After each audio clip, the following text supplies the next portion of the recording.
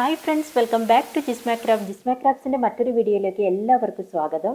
ഇന്നത്തെ നമ്മുടെ വീഡിയോ ഈ റെയിൻഡിയർ ചെയ്യുന്ന വീഡിയോ ആണ്.